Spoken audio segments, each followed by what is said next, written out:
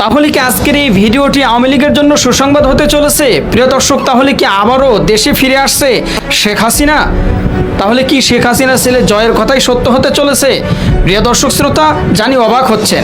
অবাক হওয়ার কিচ্ছু নেই, আজকের ভিডিওটি সম্পূর্ণ দেখুন, তাহলেই হয়তো আপনারা বিস্তারিত জানতে পারবেন বা বুঝতে পারবেন। তো সবাইকে বলবো না টেনে সম্পূর্ণ নিউজটি দেখবেন এবং প্রচুর পরিমাণে শেয়ার করে দিবেন। আর অফিসিয়াল যদি নতুন হয়ে থাকেন অবশ্যই এই পেজে আপনারা দয়া করে ফলো করে দিবেন। চলুন একটা লাইক দিয়ে আমরা সরাসরি মূল নিউজ শুরু করছি।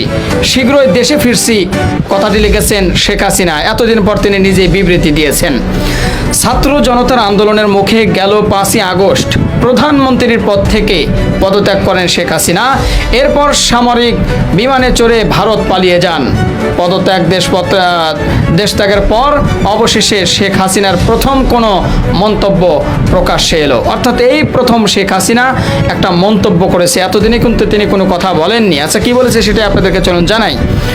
ভারতীয় গণমাধ্যম দ্য প্রিন্টের খবরে বলা হয়, আওয়ামী লীগ নেতাকর্মী ও সমর্থকদের উদ্দেশ্যে বার্তা পাঠিয়েছেন শেখ হাসিনা।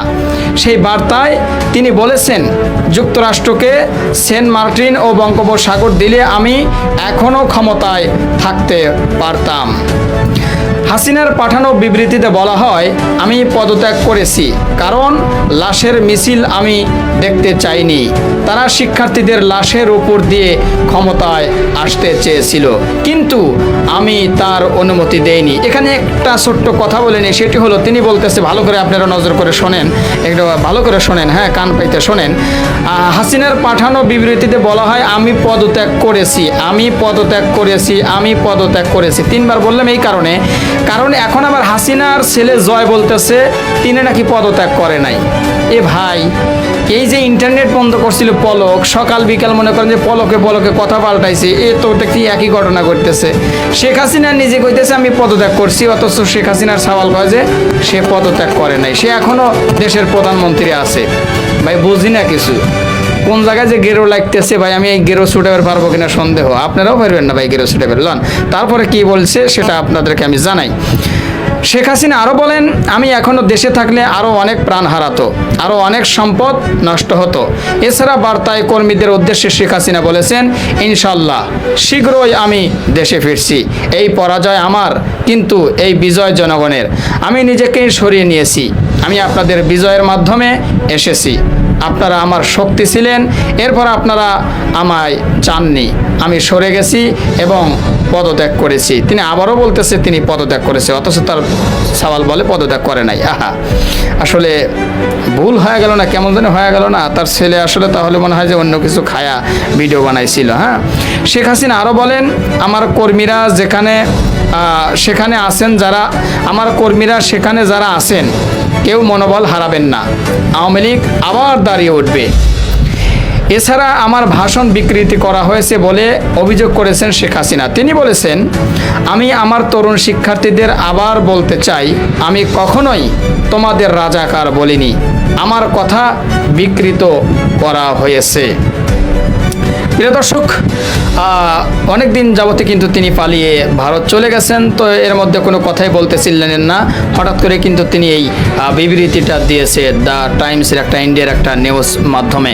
তো প্রিয় দর্শক শ্রোতা, আপনারা শুনলেন, ছেলের কথা একরকম, বাবার কথা মানে মায়ের কথা একরকম, দুজনের দু রকমের কথা। মা বলতেছে আমি নিজে পদত্যাগ করেছি, ছাত্রদের লাশের উপর দিয়ে মিছিল চলছিল, এটা আমি দেখতে পারছিলাম না, তাই নিজে পদত্যাগ করে চলে এসেছি।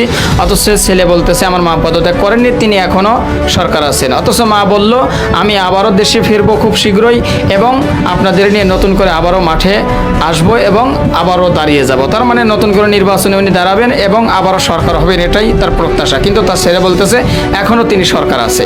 আসলে ভাই এটা আমার এখনও বুঝে আসে নাই ভাই। অনন্ত জলির একটা কথা বলছি না, যে কিছু মিথ্যা আর কিছু মিথ্যা, সব মিলিয়ে মিথ্যা, বিশাল বড় মিথ্যা না, কেমন যেন একটা কথা বলছিল। তো ঘটনা এরকমই, মানে ভাই গোর প্যাক খাইতেছে। এই দাড়ি চুল যদি গেরো লেগে যায় খোলা কঠিন হয় না ভাই, এরকম গেরো লাগতেছে তাদের মা ছেলের বক্তব্যের মধ্য দিয়ে।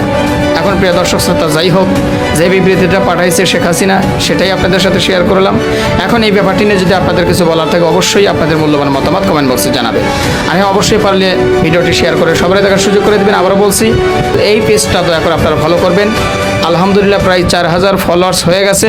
আর মাত্র 1000 ফলোয়ার্স আপনাদের কাছ থেকে আমি আশা করছি ইনশাল্লাহ আপনারা করে দেবেন, কারণ আপনারা সবাই জানেন খুবই পরিশ্রম করছি এই পেজটা নিয়ে। এ পর্যন্ত কিন্তু একটা টাকাও কিন্তু পেজ থেকে পাইনি, কারণ ভাই মনিটাইজই নাই। তো আপনারা অবশ্যই আমাকে একটু সাপোর্ট করবেন আগের পেজের মতো। আশা করি সেটা আমি আপনাদের কাছ থেকে ভালোবাসা পাবো। তো সবাই ভালো থাকবেন, আল্লাহ হাফেজ।